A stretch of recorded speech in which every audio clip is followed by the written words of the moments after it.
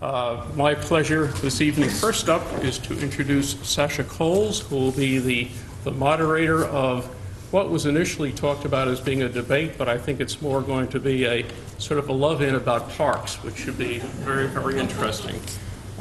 Sasha, I understand, began his academic career as a student here at UNSW and learned the best parts of his landscape architecture profession here before he ended up getting a degree from RMIT. He's the National Studios Director and the founder of Aspect Studios here in Sydney. He's also the president of the Australian Institute of Landscape Architects in New South Wales. Quite clearly an indication of his prominence in the field. He established the Sydney studio in 1999 while he was working here as a lecturer at UNSW in the landscape program.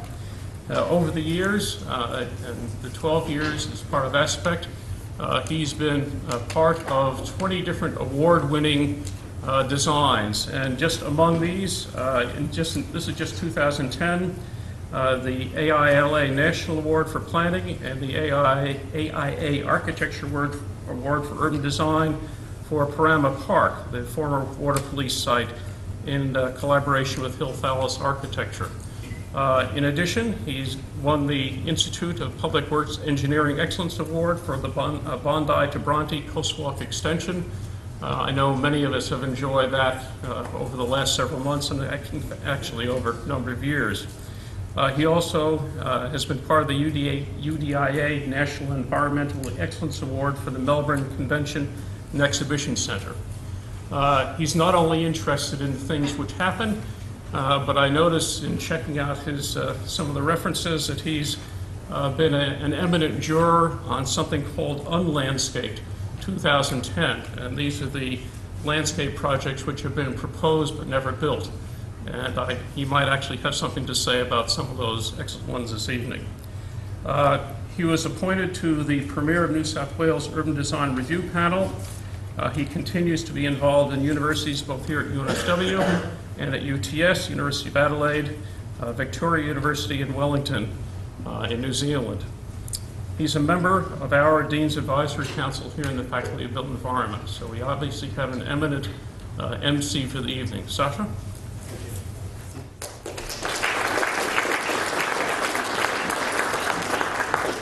Well, touch overwhelming. I am just the facilitator of the evening, not the main feature. That, of course, I'll introduce the three speakers for the evening in a moment, but thank you, Bob, and thank you to the University of New South Wales and the Dean, of course, who's absent for the invitation tonight.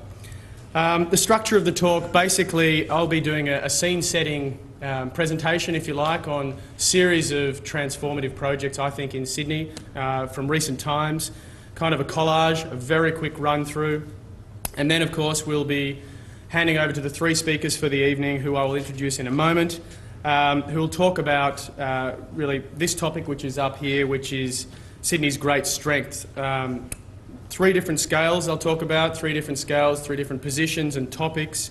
And what I might do is actually just introduce our first speaker, and I'm going to introduce all three now so that I don't have to come up three times during this evening. The first speaker is Linda Corkery, who is an Associate Professor of Landscape Architecture here in the Faculty of the Built Environment. Linda's a Fellow of the Australian Institute of Landscape Architects and a member of ASLA, which is the American Society of Landscape Architects, and the Environmental Design Research Association. Linda is one of the key researchers in the faculty here, and her topics are on urban parklands, greenways and green infrastructure, which is something that I think you'll hear a bit about tonight. Also about the influence of design and people and place, relationships, and design education, of course, especially within the context of learning, service learning. So Linda's topic will be about open space at the metro scale. She's going to present on metro parks and the green infrastructure of the city, and her talk will cover the social imperatives of ensuring social and public access to healthy environments and how the aesthetic and visual qualities of these parks and places give shape to the urban fabric around them. The second speaker is Adrian Macgregor. Adrian's a landscape architect and an urban design professional, managing director of Macgregor Coxall Partners in Sydney. They are a landscape architecture and environmental design studio. He founded the studio in '98 and the Bio Studio in 2006, which is a vehicle that Adrian uses to combine practice and theory, practice and teaching it. The firm is highly awarded, including, most importantly, the prestigious Topos Journal International Landscape Architecture Practice of the Year 2009, which was presented in Reykjavik in Iceland. Adrian was there for that, of course, and he's also selected as one of Sydney's 100 most creative people on the Creative Catalyst list in 2008. Adrian will be talking about the Waterfront Transformation. His presentation will look at what he calls the translocation of fossil fuel land uses on the city's waterfront and how they've led to the remediation of these post-industrial sites, which have been reclaimed, regenerated for community recreation and environmental restoration. He'll look in detail at two of his office's recent works. The third speaker, Jane Irwin. Jane is a landscape architect and director of Jane Irwin Landscape Architecture. Her particular interest and expertise is in the field of the public domain and planning and design. Her practice was established in 1996 and she has a range of projects from large-scale urban design studies, planning, design, to streetscapes and parks, all focusing on the public realm and the public domain. Jane's interest is in the public domain primarily, and she participates in a range of competitions, urban design programs, and other initiatives that foster innovative thinking about the structure of the city and its future. She's been part of teams carrying out planning and design of major urban centres in Sydney, Sydney Olympic Park, Wollongong City Centre and Canberra. So Jane's presentation will focus on, I think, the middle and the small, the local. Sorry? Yep. Middle-sized and little. And she'll present on the value of the local network of parks and spaces which provide social spaces and opportunities for enriching life in the city. Jane will focus on recent public projects from her office from Auburn to Camperdown. Just remind myself to do this. As mentioned, I will quickly be setting the scene through a range of recent Australian Institute of Landscape Architecture award-winning projects. I've only chosen 7. They're transformative projects. There are many more that could be talked about. There's no preference, but you'll see where they're located around, in particular, the Sydney CBD and its harbour. It's probably no surprise, I think, that they're in this area. Obviously, the City of Sydney and other government organisations, I suppose, have prioritised the investment in public space over recent times. I would say that this is a period of high significance in the transformation of our city through public open space. It certainly could be argued that this is this investment and transformation of our city parks that we're seeing in the last 5 to 10 years has been the next succession or the next generation since the 60s and 70s, where we had the significant collection of parks, harbour parks in principle, from Mackenzie, Rickard, Howard and others, and it's good to see some of those in the audience this evening. I think we're seeing the next cycle. These projects are not only highly awarded, but certainly work on a number of levels to transform the surrounding community socially, obviously creating spaces that better suit the needs of denser cities. This obviously has a flow-on effect of supporting healthier cities, and it's something that Linda will talk about later. Economically, simply put, reinvigorating parks makes great economic sense, with surrounding communities benefiting substantially from new infrastructure and new improved environments. Environmentally, this is a strong suit of all of the projects that will fly through. They support the green infrastructure of the city and improve urban ecology and enhance and regenerate urban ecosystems. What each of these projects, of course, does successfully is elevate design-based approaches to deliver sustainable outcomes for the betterment of our environment. The following projects will be used to illustrate this and highlight, as you'll see in the top of each one, a landscape principle, which I won't talk about, but is there to read. The first project is Project Redfern Park by Spackman Mossop Michaels and BVN Architecture. It's won an AILA award in 2009. It transforms and integrates an 1880s park in Redfern into the suburb by an incredibly deft move of removing bund walls which once isolated this park from the surrounding area. It recesses a playing field, and it also integrates the heritage park into this contemporary overlay. It's been worked with the upgrade to Redfern Street, and because of this publicness, this opening up of the park to the surrounding area, it has engendered a huge amount of public ownership in the area, and I think it's a transformative project for those reasons. Glebe Foreshore by James Mather Delaney. This one in 2007 won an Excellence Award from the Institute of Landscape Architects. It's a significant part of the 14-kilometre harbourfront walk, the westernmost part of that walk. It's a sculpted, highly figured waterfront walk in a very urbanised part of Sydney. The key things that this one does, I think, is the creation of marine habitat and far-reaching water-sensitive urban design. It captures a lot of water and reuses that along the length of the walk. It also, of course, embraces the heritage and the archaeology at the foreshore of the water, and I think you'll see here the range of environments that it crosses. Beautifully crafted work as well. A smaller project within Sydney in Darlinghurst by Sue Barnsley Design and a 2008 Design Award winner from AILA. The significance of this one, I think, is the remaking of the urban environment in which it sits. It was created by closing 2 streets, combining these streets to create the park. It's a small scale, but it's a delightful experience day and night. The project has, the interesting part of it, I think, is the relationship between the designers, Sue Barnsley, and the City of Sydney and the adjacent hospital. The agreement that was reached was to use the water from the hospital through the park and to reuse that in a very sophisticated environmental system of wetlands at the bottom. You can see it at night here. It's a beautiful experience. One of our projects, this is an Aspect Studios project with Hill Thallis and Craig Burton Cab Landscape Architecture. This one won 2 planning awards with the Institute of Landscape Architects. Its key transformative move, I guess, is to take a post-industrial slab and bring that back into the open space fabric of the waterfront of Sydney. It celebrates the access to water, and it celebrates its place in a range of ways, and terminates Harris Street as a community square on the water, which is something that we don't have much of. Of course, it brings habitat to again, quite a derelict site once was there. I'm not going to talk about this one because Adrian's going to do it, and I don't want to steal his thunder, of course. But Ballast Point Park is a highly awarded and spectacular park on one of Sydney's headlands.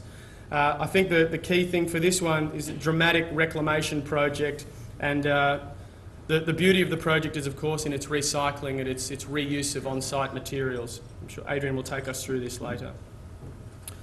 Camperdown, public domain, University of Sydney, Jeppe Agard Andersen, Tina Sack and Turf Design Studio, again a design award-winning project.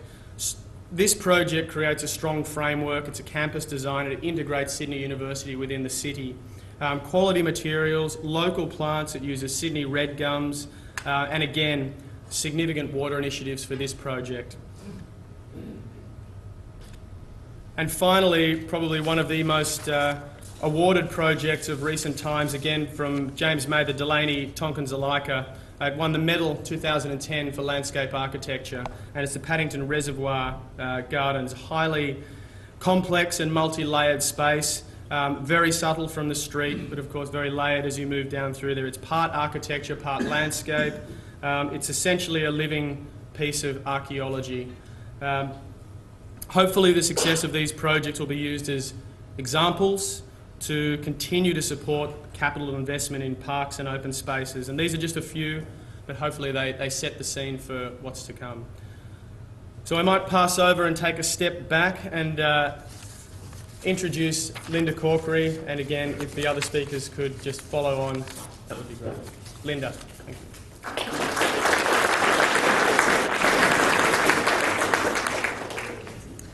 Thank you, Sasha, and welcome everybody. It's terrific to see you all here tonight, a nice mix of friends from different practices and different professions, and also all of you students who are taking advantage of my 5 extra point incentive scheme. So happy to see you in the audience.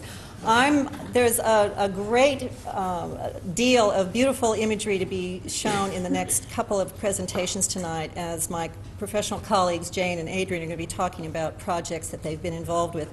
I'd like to just take a bit of a helicopter view about landscape in general, landscape planning, and talking in particular about something that landscape architects are really trying to drive home to our planning and urban design consultants. And so this evening I'd like to open the discussion by planting the thought that we really need to have a fundamental shift in our thinking about how we plan for and deliver open space in our city across the scales, from the entire metropolitan basin to the specific sites in new neighborhoods of the city. And Adrian and Jane are going to be talking about those projects that are more at the 1 to 250 scale, 1 to 100 scale. Jane's from middle size to tiny size.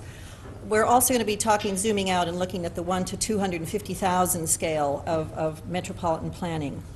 And I think that's where we really understand the significance and the impact that landscape planning in a green infrastructure framework can give us. I think this shift needs to be away from thinking of these areas that we're allocating and that we're setting aside on our planning maps as parks and parklands. And we need to shift that toward a mindset that considers these lands as the working green infrastructure of the city, planned for and resourced in the same way, and hopefully a bit better than we plan for roads and schools and hospitals and water and power infrastructure. This isn't a new concern, but the urgency around this issue has been building and will only intensify as we seek to create more areas of higher density living throughout Sydney. So if in contemporary planning practice we continue to neglect open space provision, we can never hope to build a more resilient urban landscape that provides the essential ecological services such as clean air, moderated climate conditions, biodiversity, clean water, clean air, healthy soils, land for production, as well as lands for recreation and sport and leisure and, dare I say, places of beauty, natural beauty and grace and solace. Planning for the provision of open space that addresses the needs of higher density living is, I don't believe, being given adequate attention at the metropolitan scale of planning. We see no new reservations of significant open space in the current Metro Strategy Plan, and certainly no commitment on the part of Treasury to acquire or create new open space resources. So I fear we're in danger of missing opportunities to create open space systems at various levels of planning, at the state and local government levels, that will provide better connectivity of land use and ultimately more resilient and legible urban form.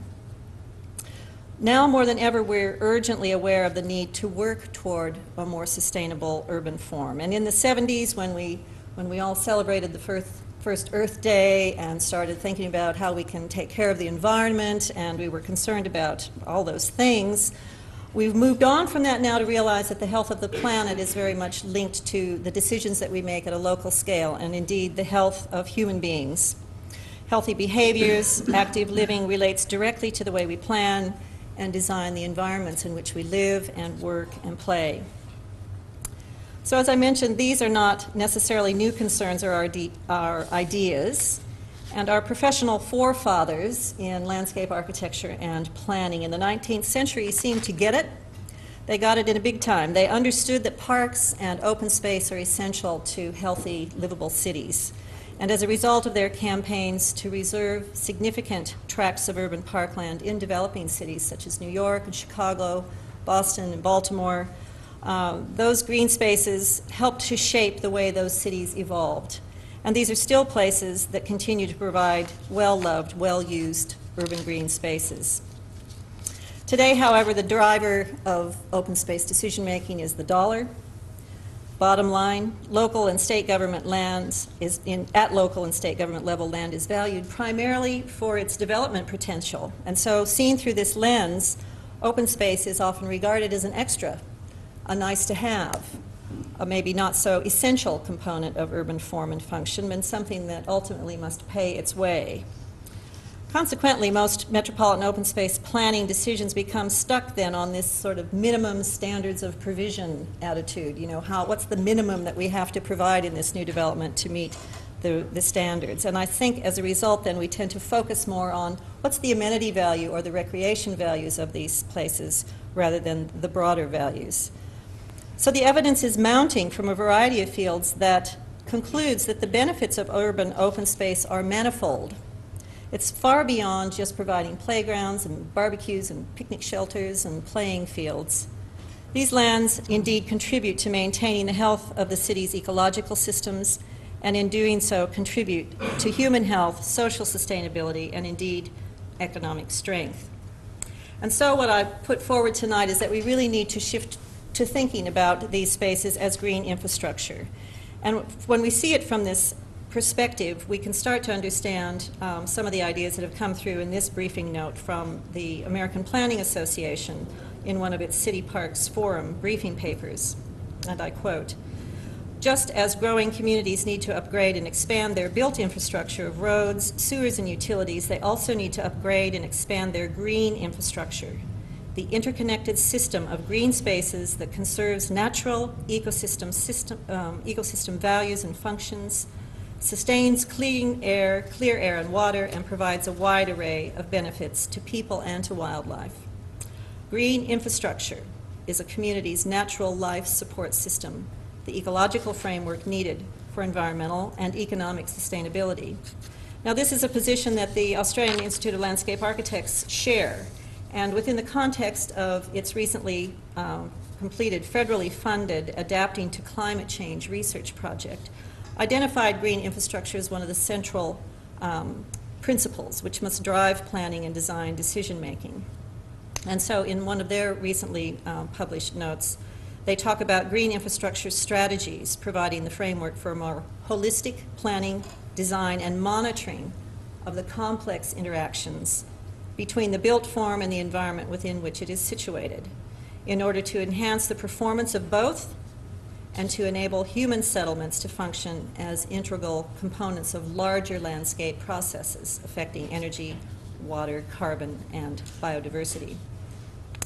So these views shift our thinking from valuing urban open space not simply as an amenity, not simply as a nice to have, not simply something that contributes aesthetic and leisure values to daily life, although it certainly does that, but also to understanding these spaces and corridors as essential elements of the urban fabric that support the public good. It also shifts our thinking of urban open space from just parklands. We really have to think about this full spectrum of the public domain that we bring into focus when we're doing this kind of planning. So we're looking at everything from national parks to local parks to town centers, streetscapes, and green roofs, and indeed the projects that Adrian and Jane are going to talk about in a few minutes. In other words, green infrastructure is essential to the natural functioning of a city's ecological systems, of which humans, of course, are probably the greatest number of, or the biggest dominant species, and we certainly have the biggest impact. Importantly, these economic and ecological values of green infrastructure we're gradually learning how to measure those and value them and put a dollar value on them as well. And CSIRO here in Australia is doing a lot of work on this to understand, for example, how tree canopies help us manage stormwater and help us keep clean water supplies and improve air quality and also contribute to species biodiversity. So as soon as we can put values in dollar amounts on those sorts of ecological services, then we might get Treasury in New South Wales listening to us. A little bit of planning history. In New South Wales, there were certainly people who understood and identified the opportunities to, for example, in the County of Cumberland Plan of 1948, reserve a green belt in the western reaches of the metropolitan basin. And I'm not going to go into a great deal of planning history here because my colleagues, Catherine Evans and Robert Freestone, have covered this very broadly and comprehensively, particularly in a paper that they've recently completed that tracks the key open space planning initiatives in Sydney's metropolitan strategic planning since 1948. The planning scheme for the County of Cumberland Plan was conceived as playing a crucial role in doing a lot of the same things we're trying to do now. We're trying to coordinate land use better, consolidate urban development, and conserve natural and historical assets.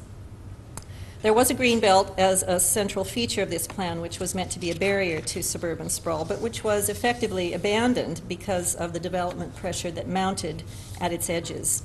And it was a particularly visionary scheme that set up a fund to acquire regional open space to meet the demand for future population. In the following strategic plan in '68, and I have to say this is such a funky plan in terms of the way it looks, but it was very exciting at the time, and it shifted, again, the thinking to a different framework that was more about transport corridors and green wedges. And in this particular plan, the role of these green corridors, in particular these special use corridors, were to locate the all-important grey infrastructure that was going to eventually support Sydney's westward development. And currently, of course, we have the City of Cities 2005 Metro Strategy Plan, which is currently under review and about to be, I believe, a review delivered to the Minister. Very ambitious in detail. Again, I think we could do a bit of an analysis on the graphic representation of these schemes over time, but this one very deceptively makes it look like it's not too bad out in the nether regions beyond the urban development in those rural zones. But 100,000 more people, 640,000 new homes, 500,000 new jobs, more open space. In that plan and in some of the previous plans, we could identify an area of Western Sydney that I've been doing some work on over the last few years in research projects, and that's the Western Sydney Parklands, and I will only talk about it very briefly.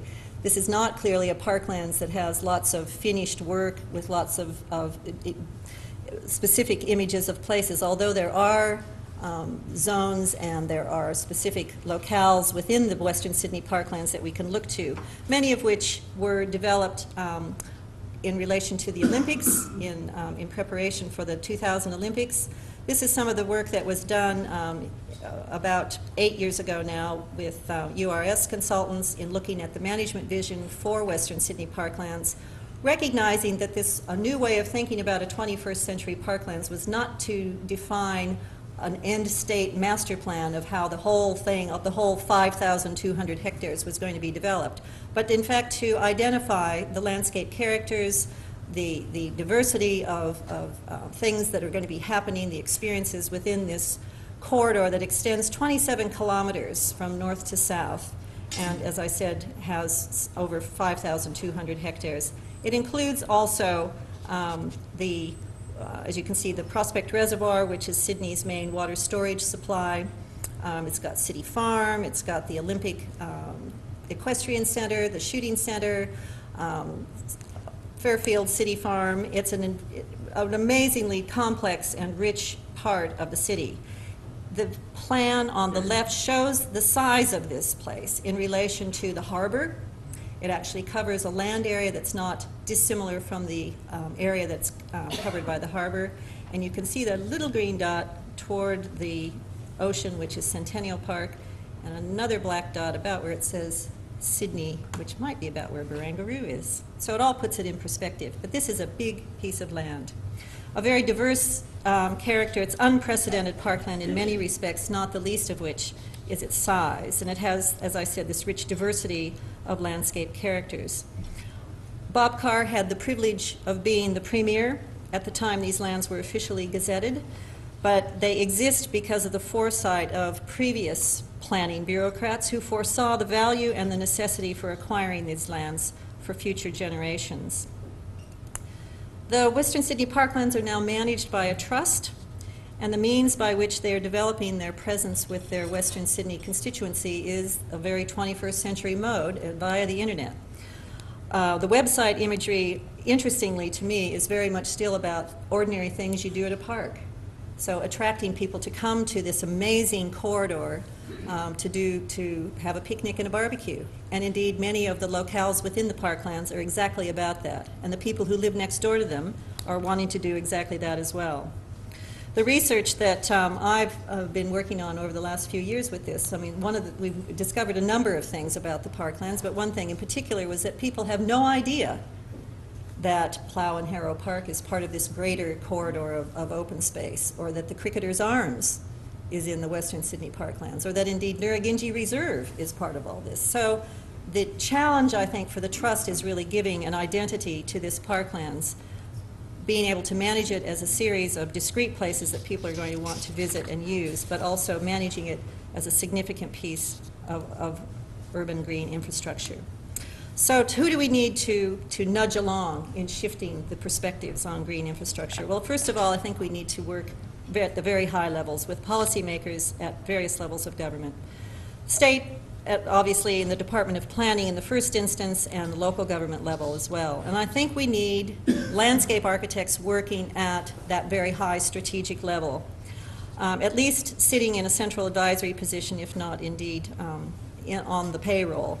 I believe landscape architects bring to these sorts of projects a green infrastructure orientation and a perspective, and that we are also in a capacity to synthesize the specialist inputs from other disciplines.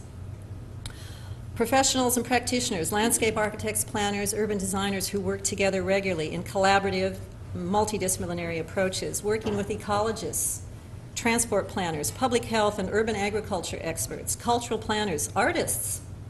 I think artists in particular, because they can work effectively with us, but also to engage the public and our public constituents.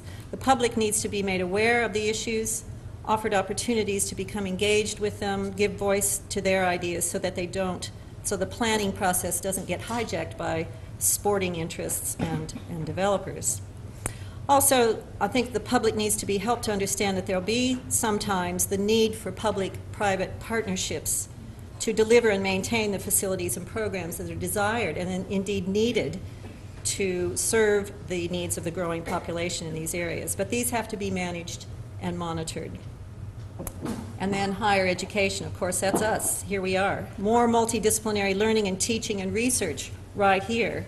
Engagement with our students, with ourselves in our research projects around complex, broad-scale landscape planning and design projects that help build the capacity to comprehend these complex issues and negotiate the necessary collaborations. I'd also just say as an aside here that I'm learning to embrace the ideas around landscape urbanism. I have to admit I was a bit of a skeptic around this to start with, but I can see that some very exciting work being done around this area that shows us a way of modeling future urban design outcomes that privilege landscape and ecological systems and the interactions of landscape with the city.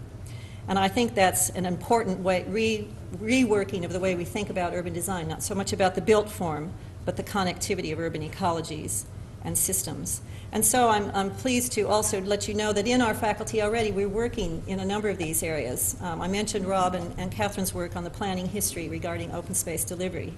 Susan Thompson's work on the Healthy Built Environment program on healthy cities and active living is an active research and teaching project. In City Futures, we're looking at shaping urban growth in new areas. Where are we putting affordable housing? How are we accommodating consolidation in the older neighborhoods of the city? Colleagues working in sustainability around climate change adaptation and creating more resilient landscapes. We're also, and we'll be hearing more from Adrian in a moment, about the process of converting brownfields to green fields and making those transformations and making those landscapes newly productive again in terms of how people use them. And Catherine and I, with our Master of Planning student, Cynthia, are looking at park city edge dynamics, and the photo on the right is what it looks like if you live next to the Western Sydney Parklands. It's a bit of a bummer if you want to go in because you got to get in your car and drive a kilometer to get to the entry. So where did we go wrong in that planning relationship? So green infrastructure, just to summarize, and we've got to shift to a new perspective, and I think we need to see open space as essential green infrastructure across all the scales of urban development, across the spectrum. We need to help find and influence key players who are going to recognize this shift of perspective: policymakers, our professional colleagues, the public, those of us in higher education. And we need to always keep in mind the multidisciplinary approach that engages a range of professionals to address the range of issues that we have to deal with. And I have to say that landscape architects, I think, are well positioned to lead this thinking. Thank you.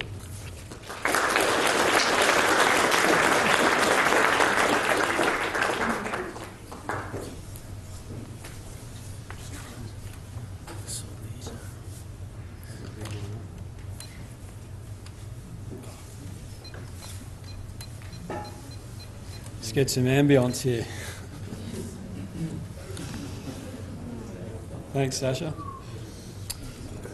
Okay, I'm going to speak about two projects that my office has worked on in the last, I guess, 6 odd years.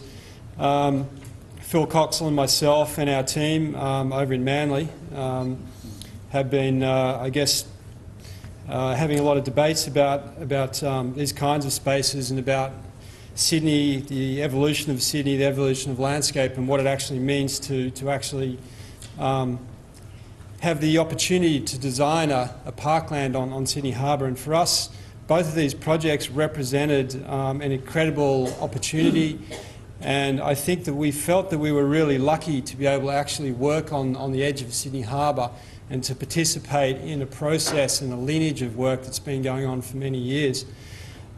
Certainly the Sydney Bush School and the work of Bruce Mackenzie and many others before has really informed the philosophical position of our office in terms of how we look at waterfront on Sydney Harbour. And I'd like to talk about how some of those ideas have emerged into these projects. When Europeans first engaged with Sydney Harbour, it was only a little over 200 years ago. So, you know, the city of Sydney is really a young city globally. We haven't been interacting with this landscape for very long. You know, we had something like 60,000 years of Indigenous culture and Indigenous interaction with this landscape. We have a natural heritage that dates back to Gondwana and back to a gene pool and a set of biologies and ecologies that have evolved for many, many thousands of years. So really we're kind of foreigners in this landscape.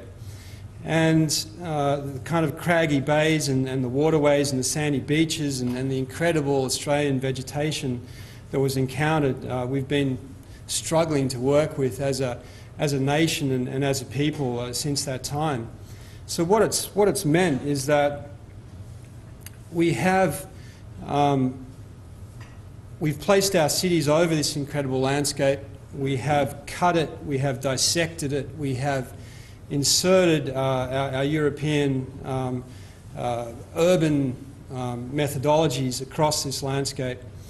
And it has imparted or left a series of industrial spaces that have been the working waterfronts of our city. So these have been the places of incredible human ingenuity, places of toil, places of squalor, places that have evolved incredibly as our city has changed.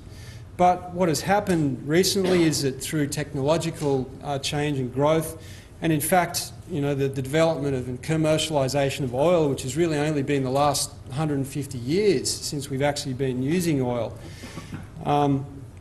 some of these sites have been left.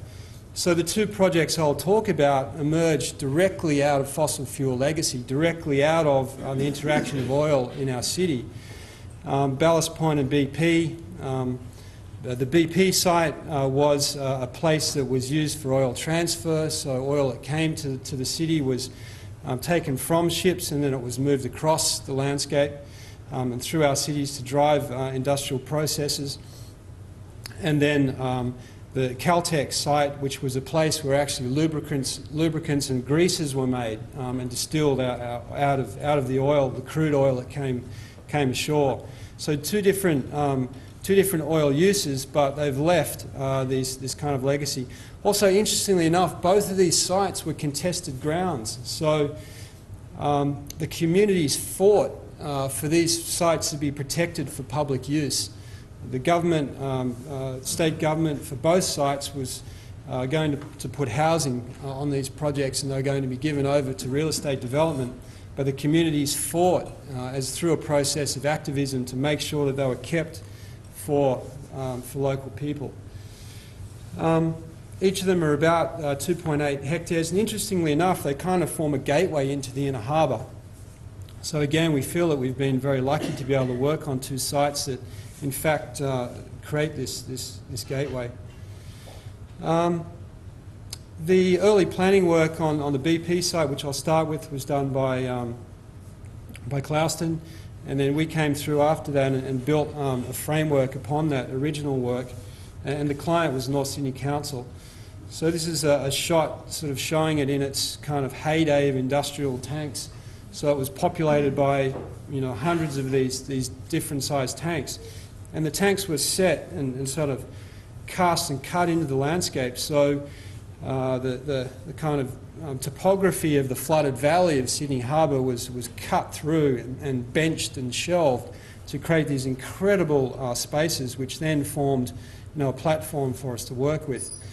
So much of the sandstone that was extracted created these kind of voids, which produced these incredible spaces for us to be able to work and produce our design. So this is a plan indicating how the kind of topography and the contours cut down, and then how this site was protected along its waterfront by a bund wall, which kind of stopped the oil from actually, any oil spill from actually entering the harbour. So we were lucky to be left with this incredible geology and sandstone landscape. Also, the site was heavily contaminated, so the site itself and the work that we did is a post-industrial remediation. It is a kind of an ecological healing, I guess, of a site that was heavily polluted by oils. Well, this is very interesting.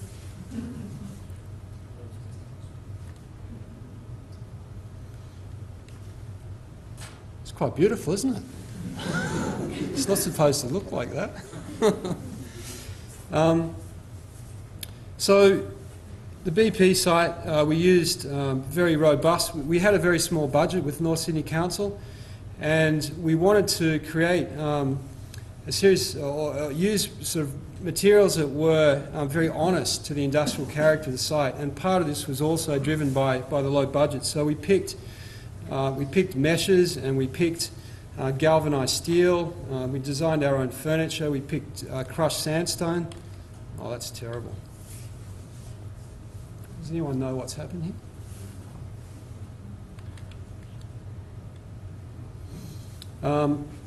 So the site kind of led to these insertions of public space that really used the geometry of the site to create, I guess, outlook and promontory, and then use the drama to actually make kind of overlooking.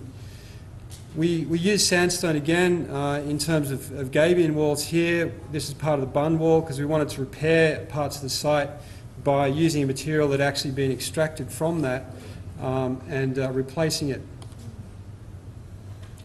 The constructed ecologies then took some of the water from the kind of flows through the site, and it actually picks up part of the industrial infrastructure by using some of the pre-existing engineering structures, and then channeling water through that and using constructed infrastructure to repair and create habitats.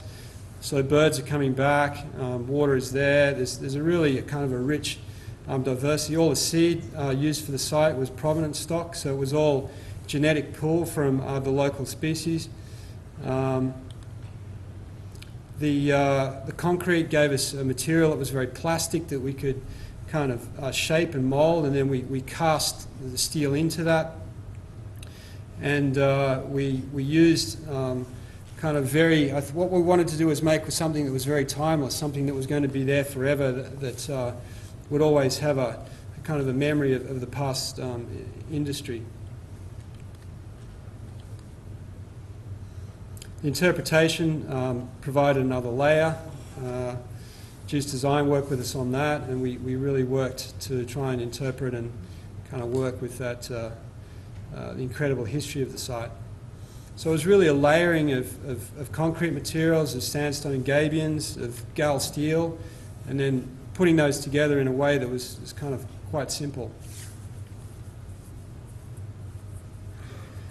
Ballast Point Park, again, original planning in the great legacy of Australian or of Sydney park design. You know, you usually have a whole bunch of people who work on any kind of public site. So this one was begun by Context and Anton James, and they did the initial planning for that. And again, we were lucky enough to win the second phase. So the site shared a lot of the same characteristics of the BP site in terms of it being a series of oil drums, but again, this was a place of lubricants and grease manufacture. But incredible, you know, this kind of powerhouse of the working waterfront of industrial Sydney. The decontamination of the site meant that almost all of the industrial heritage was removed, and what was remaining was chopped out by some of the politicians. But again, in terms of section, an incredible topography of sandstone. What we did with this project, with BP, we'd begun by looking at the sort of legacy and lineage of the previous parks. This one we actually wanted to push what we'd started with at BP to another level. So we decided that we'd start the project by going to the dump. So Phil and I kind of took a tour around dump sites in Sydney, and we started looking for materials that we could use that would form a kind of a basis for how we could push the project forward. What we didn't want to do was to destroy another site to create a new park here. So we didn't want to extract materials and then destroy another landscape to create this.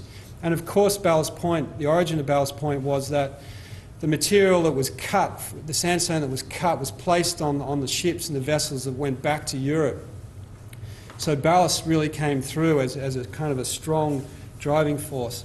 So we developed a master plan based on the original work that kind of pushed that envelope.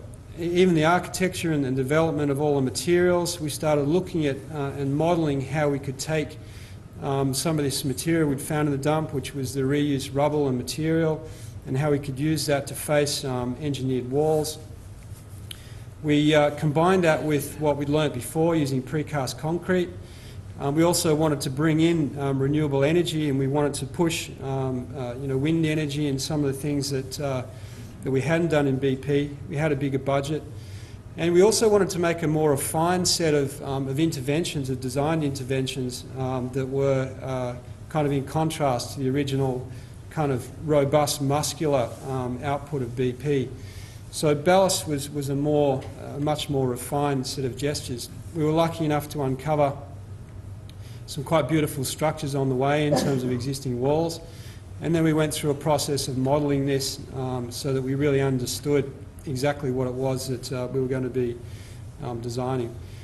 It's a park under construction, and what we're left with now is a beautiful work that the community has really embraced. It's amazing how many letters we've had back from the community about how passionate and how much they love this site. And interestingly enough, it's when you walk around, we hear people telling the stories of this site to others.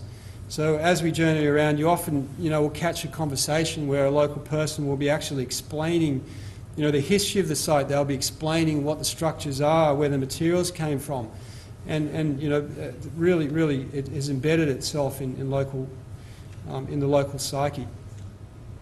We're also lucky, I think, to work with to have a local community at Leichhardt and Balmain, which are an incredibly progressive demographic and really, really accepting, I think, of these kinds of environments as well. So this is part of the water cycling system here. Again, water that travels across the site is clean through the constructed wetlands. The walls, we encourage the construction crew to come in and place things in the walls. So as you walk around, you find all sorts of things embedded.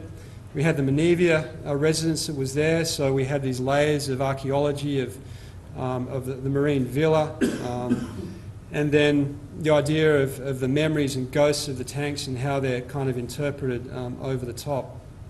Again, a very simple set of materials. The rivets in the tanks themselves form the graphic overlay for the signage. So these tanks were some of the largest in Australia, constructed actually out of rivet technology. So that led to how we started to overlay the signage. We cut through the bund wall at places to give us access to the water, and then hung stairs at various places to work with the level change and get interventions. We left steel in places where reinforcement had been cut. Troy Rapihar did some beautiful work with us in terms of the Balmain tigers, interpreting those kind of stripes and the kind of iconography of the local area. And we used recycled jarrah here, and again, the sustainability ethics of the project went right through to the architecture.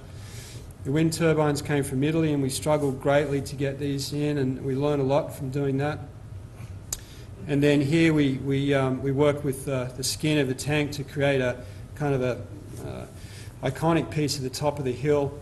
So I guess in concluding in this slide, I think you see there that the remnant oil tanks, the fossil fuel economy and the energy that powered our city, and then beside that the new ring of the renewable energy that our park is trying to stretch towards. And I think this kind of is the point that we are in our cities at the moment. We're at a time when we've got to lose fossil fuels, we've got to move into renewable energies, we've got to transform our cities very, very quickly.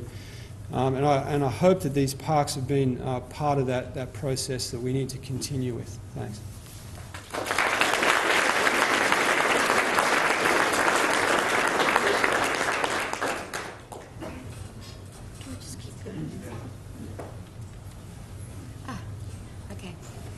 When keeping with my topic of middle size and little, I have a little amount of time left to go through my presentation.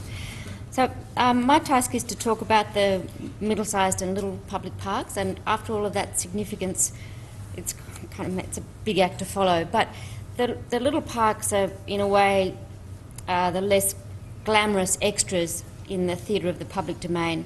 But these parks are also an essential part of the urban pattern. They're the day-to-day usable spaces that punctuate the network of streets that are the framework of the public domain. So these are not so much destinational spaces or the big memorable parks of the scale that you've seen, but these are the places that perhaps we walk to, or mostly we walk to, and they're perhaps on the way to somewhere else. They're the punctuation, really, in the increasingly dense urban environment that we live in. The local and neighbourhood parks make up the greater number in the quantum of parks in the urban environment. I've got a slide later that shows the sort of Sydney LGA and the amount of parks there. But out of these, say, 400 parks and spaces in the Sydney LGA, 330 of those are actually small parks, and 28 of those are what they would term as significant parks. So I'm going to talk about the greater number of the less significant. But these are the spaces that are actually most experienced in the everyday life of the city. And in a way, they have to really work towards that. They have to really work towards being accommodating the everyday and accommodating the way that we live in the dense urban environment. They have to really meet community expectations and fit within the management regimes of the authorities that are vested with their care and upkeep. They're often low-profile spaces with low capital commitments and even lower maintenance budgets. And that's knowing that is from experience, the experience we've had on working on a few of these parks. Some of them have really great budgets, but others, you have to sort of scrape every penny together to make them work. Some long-standing, well-planned centres, I'll try and get this to go through. Some of the parks. This is just looking at some of the everyday, the way that people actually use parks and the things that we really have to think about.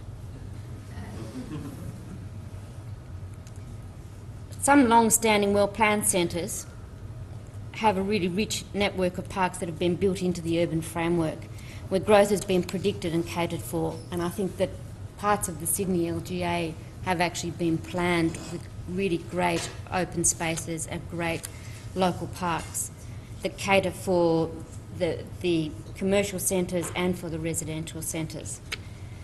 But in many growth areas,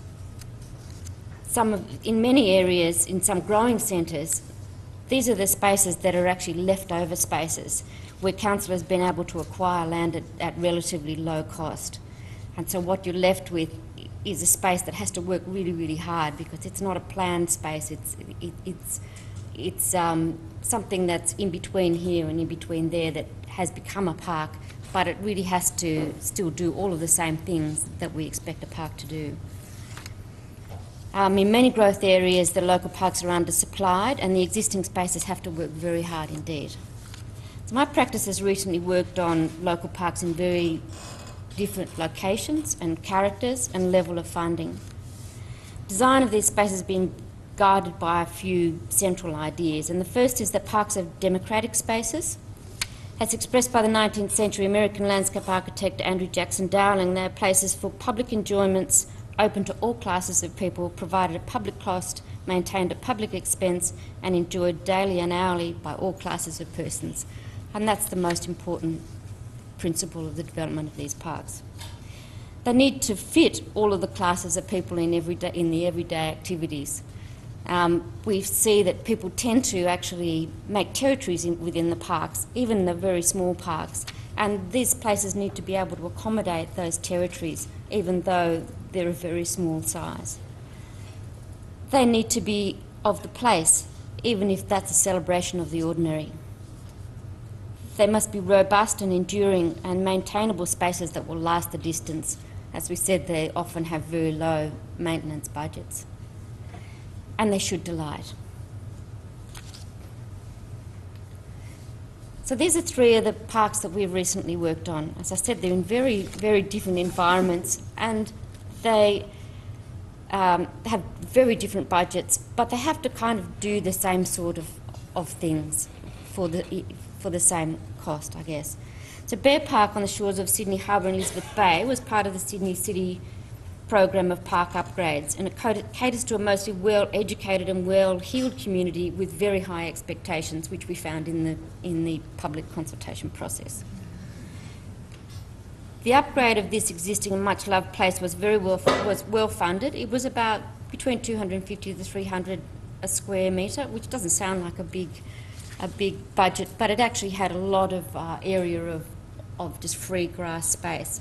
So we actually had the budget there to have beautiful materials and some that were directly reused from the existing park,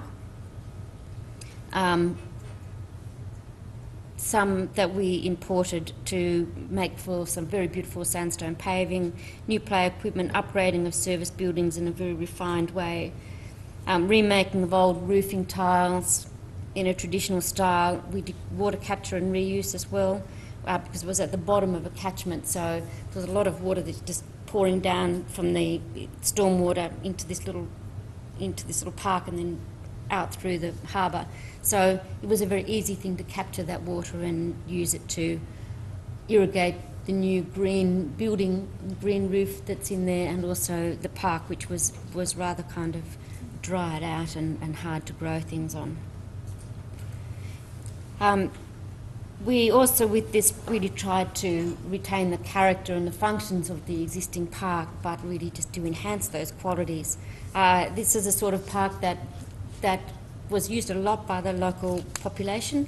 There was actually surprisingly there was a high tolerance of the homeless people that lived there as well, and people in the community consultation felt that we needed to accommodate that activity as well, which we found rather interesting in that environment.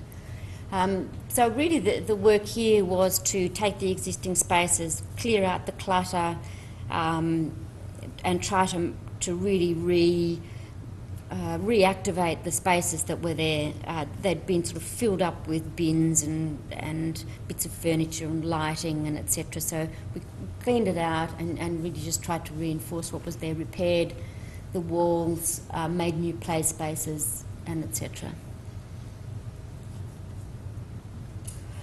Railway Park was a very, very different proposition. This park design grew out of an urban design study that we did in 2003 with Macgregor Westlake Architecture that sought to identify new opportunities for public domain in the town centre. This is a centre with very high unemployment. It has an incredibly diverse ethnic mix. 50% of people, that's 50% of the population in Auburn, come from outside of Australia, and also has a very high proportion of community with refugee status. The town centre is crowded and vibrant and very, very poorly served by its public domain. There's been no investment in public domain, parks, streets, public seating or anything for a very, very long time. The public domain has to actually supplement the crowded living conditions. There are some families that live 2 or 3 families in an apartment and they don't have any garden space or private open space. In close consultation with the Council's urban design team, sorry, this is in the wrong order here, we actually sought to identify how to make some new opportunities for making new public space, and then really how to improve on the existing public space. The project that we were asked to do was called a public domain art and design framework, and I think that what was expected of us when we first took the commission was that we would think of some themes for public art. And that really turned into more of an urban design study and really looking at how a place is structured and how to structure a place or how to look at a place as an artful design rather than a public space with art in it. We didn't think that theming was appropriate in such a mixed place. Sometimes maybe it's not appropriate because places like that have to be flexible in the long term. So what we did is we looked at the structure of the public domain in a number of different ways and identified opportunities for looking at how we could use the attributes of the place in the design. I just want to go back here and show you this is the place that Railway Park was. It was run down, it was dingy, there were a lot of really poorly thought out spaces, and I think it had been a sort of memorial park at one stage and had bits and pieces added over the time, a bit of a shelter here, all very cheaply and sort of poorly done. And here, this is the station forecourt here, the entrance to the main railway station, which is very, very busy, and one had to cross over the bus bay and the service delivery lane to actually get into the station. So it was dangerous, it was ungenerous, etc. So that was one of the things that we sought to fix. And so this is Bear Park as it is now. We had to, because of the very limited budget, I think it was 250 a square metre, which is sort of half of the budget of other parks that we've done in the city. So we reused everything that we possibly could.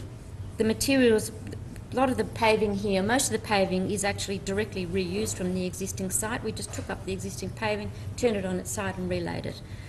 The street edge walls were kept in place and repaired. The seats were cleaned up, repaired and put back in.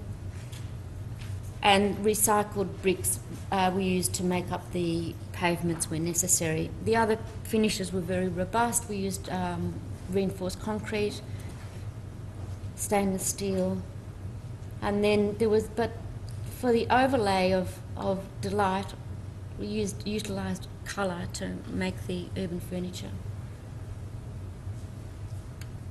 So these are the sorts of spaces we have. And that's looking down, and also it really tried to build on the idea of the railway wall that was there to build the new walls and to actually contain the space in the same powerful way that the existing railway does.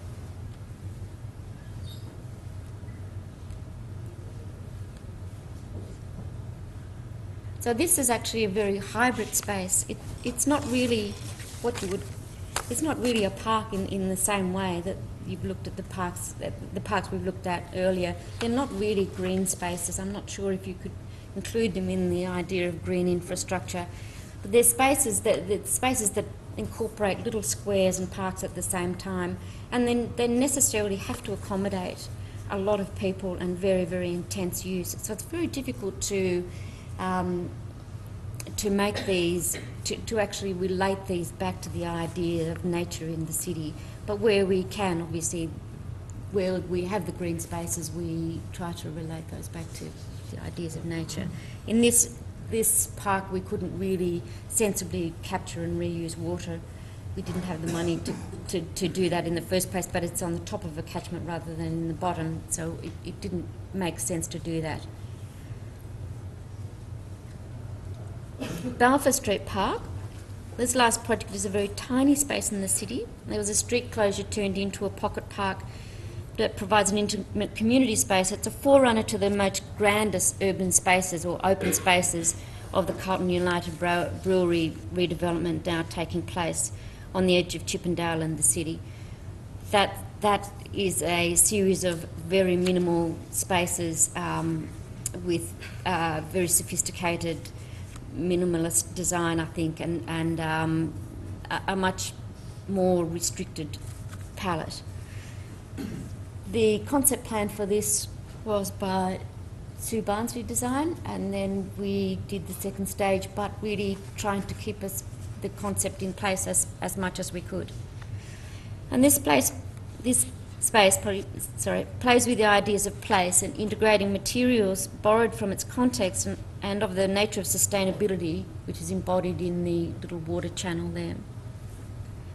It's closely connected with the network of public space. It's really a movement space. It connects one part of the much more detailed grain of Chippendale with the more open grain of the city.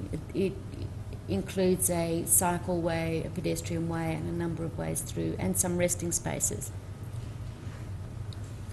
But really, in some ways, this place is really a folly. It just seeks to provide a delightful little stop in the urban framework.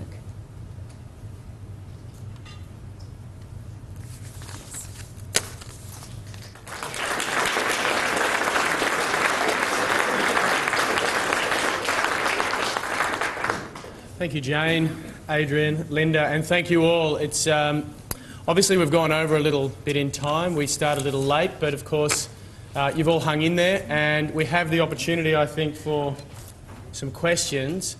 And if you're still with us, I'd like to give that opportunity to the floor. So if anyone does have any questions, we can spend probably only 5 minutes on those, I think, before we expire. I was going to start something because I think everyone might have an opinion on it. I was just thinking the elephant in the room is the heart of Barangaroo. And I thought that with all these themes of renewal and remaking and reusing and so on, maybe we could get some opinions from the speakers about the development of the park there. And how that's happening. I'm not sure. I don't think. Well, I'm thinking primarily of the Headland Park that's driven by Keating's vision, which I would have thought was, slightly amnesia, not totally. I think it might throw it to Adrian as a response for that one, given his presentation and introduction. So, do you want to come up, Adrian? Come up.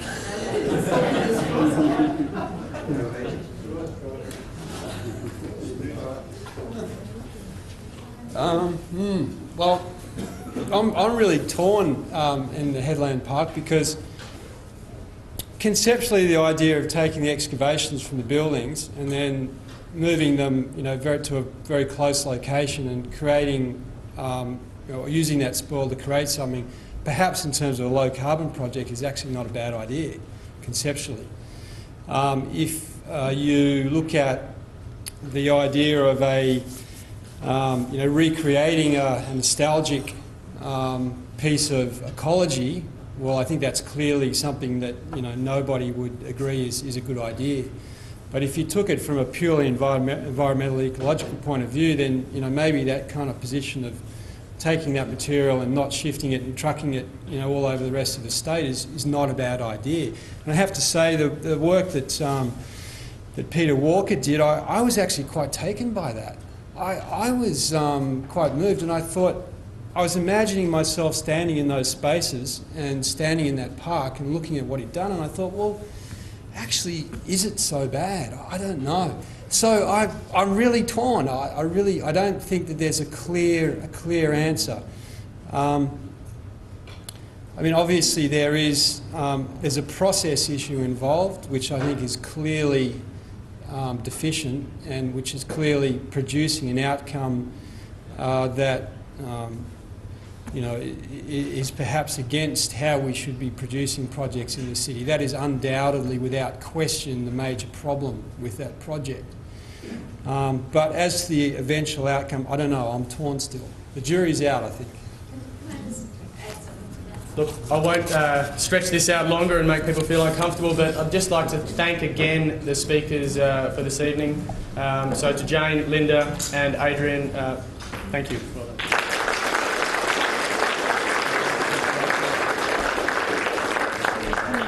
And obviously a final thank you to Sasha for sharing this evening. I found it really fascinating, actually, and it's interesting. I said at the beginning that this is going to feature landscape architecture, and yet it went off into planning, went off into development, went off into history, into archaeology, and I think it's a good indication of how, as Linda was saying, how central landscape architecture can be to so many of the different processes we're involved in. My final task of the evening is to mention that the next UTZON lecture, October 13th, the speaker will be Susan Thompson, and her focus is on healthy built environments. And we hope to see you then. Again, thanks for coming.